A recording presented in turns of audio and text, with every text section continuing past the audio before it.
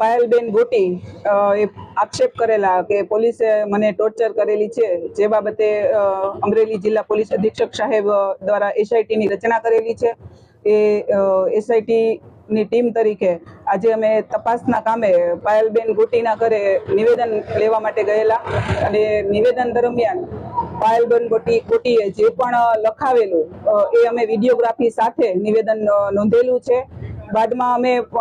પાયલબેનને એમના પરિવારના સભ્યોની સાથે મેડિકલ કરાવવા માટેની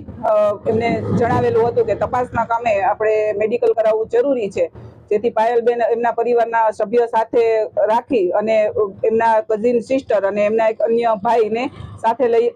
લાવવાની સહમતિ દર્શાવતા અમારી સાથે અમે એમને મેડિકલ કરાવવા માટે એમની સ્વખુશીથી ઘરેથી નીકળેલા હતા। ત્યારબાદ અમે આગળ આવતા એમના ગામમાંથી બહાર નીકળતા ફતેહપુર ગામના પુલ પાસે પહોંચતા ત્યાં અચાનક બેને એવું કીધેલું કે મારે મેડિકલ કરાવવું નથી, મને ઘરે પાછા મૂકી જાઓ। અને એ દરમિયાન પરેશભાઈ ધાનાણી પણ ત્યાં આવી ગયેલા અને એવું કીધેલું કે હાલ મેડિકલ કરાવવાનું નથી થતું, દીકરીને એમના ઘરે પાછા પહોંચાડી દો, જેથી કરીને અમે પાયલબેનને એમના ઘરે પાછા લઈ ગયેલા। અને બાદ બેન એવું કહેતા હોય કે અત્યારે હું મેડિકલ કરાવવા માટે બહાર જવા નથી માંગતી, જેથી કરીને અમે